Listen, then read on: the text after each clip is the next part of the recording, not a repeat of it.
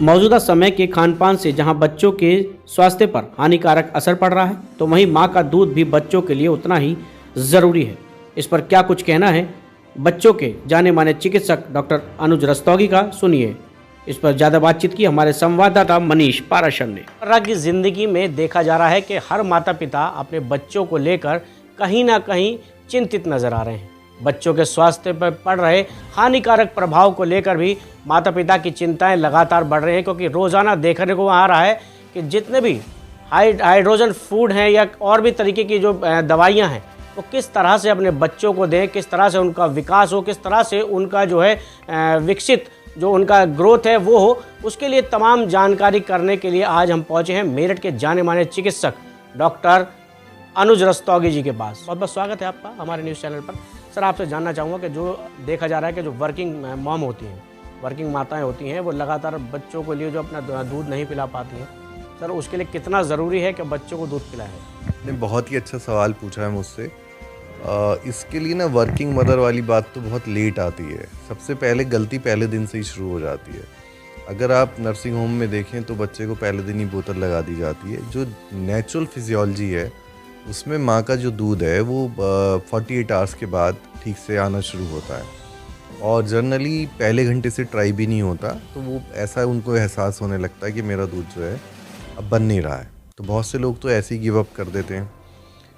कुछ लोग जब उन्हें गाइड करा जाता है तो 48 आवर्स के बाद ट्राई करते हैं। बट बॉटल फीडिंग करना एक बहुत सरल प्रक्रिया है, और माँ का दूध खुद पीना थोड़ा डिफ़िकल्ट है। उसमें 14 स्टेप एक्स्ट्रा हैं, तो बच्चा निपल कन्फ्यूज़न में चला जाता है और दूध नहीं पीना चाहता है। अब ऐसे में उन्हें पूरा गाइडेंस और सपोर्ट की ज़रूरत होती है। और जनरली जैसे हम जिन नर्सिंग होम्स में जाते हैं तो हमारी टीम, मेरी टीम जो है, जिसमें 2 डॉक्टर हैं, एक लैक्टेशनल काउंसलर है। लैक्टेशन काउंसलर रेगुलर बताती हैं कि बच्चे की केयर सिर्फ माँ करे, जिससे मदर और बच्चे के बीच में एक बॉन्डिंग बने। इस समय जंक फूड के लेकर कहीं ना कहीं भ्रांतियाँ भी बहुत ज़्यादा लोगों के मन में है।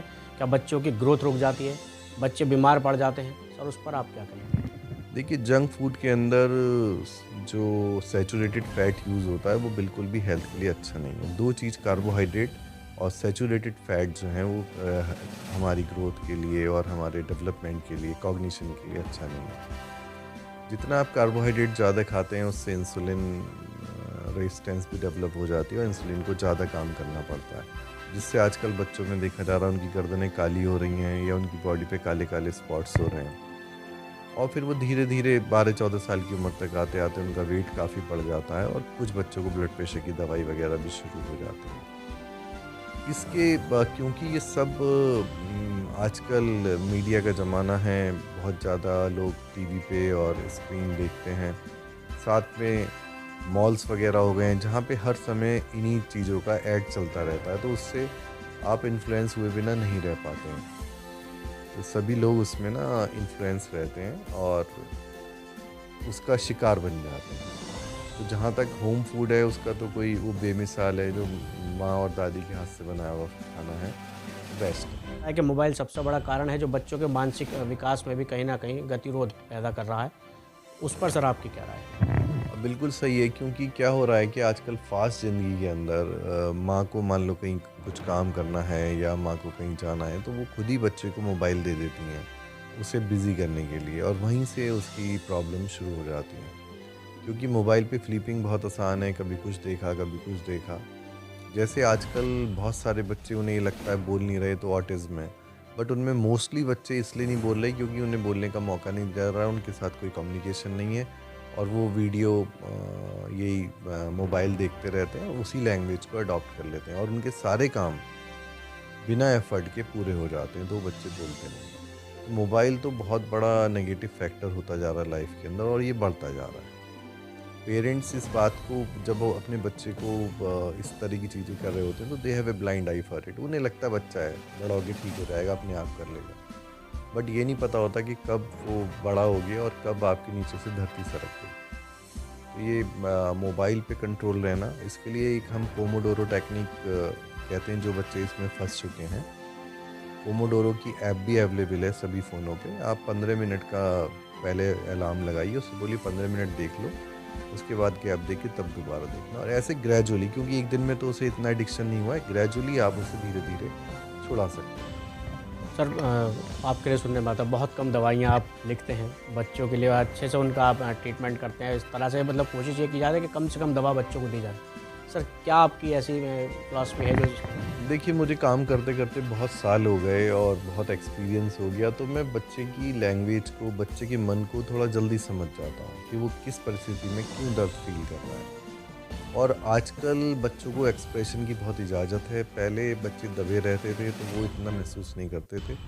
तो मुझे बहुत सारी बार पेट दर्द क्यों है, या मैं एकदम बुखार के लिए बहुत सारी दवाइयों पे जंप नहीं करता, क्योंकि बुखार में अगर आप सपोज़ एंटीबायोटिक्स देते हैं तो गले में इन्फेक्शन है अगर विजिबल तो एंटीबायोटिक अलग है, अगर टाइफाइड है तो एंटीबायोटिक अलग है, मलेरिया है तो अलग है, और ये पहले दिन नहीं पता चल सकता। अगर क्योंकि मेजॉरिटी इलनेस बच्चों के अंदर वायरल है तो उसमें एंटीबायोटिक कुछ काम नहीं करती, सब पेरेंट्स जानते हैं, फिर भी एंटीबायोटिक चाहते हैं जल्दी सही करने के लिए। तो हम 3-4 दिन पेशेंस रखते हैं, हर बुखार के बच्चे को हम दोबारा देखते हैं, क्योंकि पता है कि इसको तो दोबारा देखना ही होगा, और अगर उसकी बॉडी में हमें कुछ क्लू मिलते हैं या कोई नेगेटिव मार्कर्स मिलते हैं, then we jump on certain test और एंटीबायोटिक्स। हमारे चैनल के माध्यम से आप क्या कहना चाहेंगे? देखिए, मैं कहूँगा कि प्रोटीन पे मेन फोकस करें, और कार्बोहाइड्रेट जैसे मीठी चीज़ें हैं जितनी भी।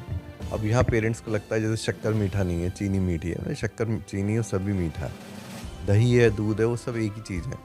तो पेरेंट्स को प्रोटीन पे फोकस रखना चाहिए मेन, कार्बोहाइड्रेट्स को कम, और जो सब जानते हैं कि खाना जो है न्यूट्रिशन के लिए लेना चाहिए, ना कि टेस्ट के लिए लेना चाहिए। ग्रेजुअली क्या होता है, बच्चा सब टेस्ट के लिए खाने लगता है, तो माँ पूछती है क्या बनाऊँ। जब ये सेंटेंस आने लगता है तो बच्चा फिर टेस्ट की तरफ आकर्षित हो जाता है, और फिर वो टेस्टी फूड खाना चाहता है, जो कि ग्रोथ के लिए बिल्कुल भी ठीक नहीं है। और लॉन्ग टर्म देखिए, ह्यूमन बॉडी जो मुझे लगता है पैदा होने के बाद 1-2 महीने जिसके ठीक पास हो गए, जिसको जो बिल्कुल ठीक बच्चा पैदा हुआ है, उससे बीमारी का क्या मतलब है। बीमारी से मेरा मतलब है खांसी जुकाम बीमारी नहीं है, जो लॉन्ग टर्म बीमारी हैं, जो बड़े होते होते हमें होती है, वो सब लाइफ स्टाइल डिसीज़ है।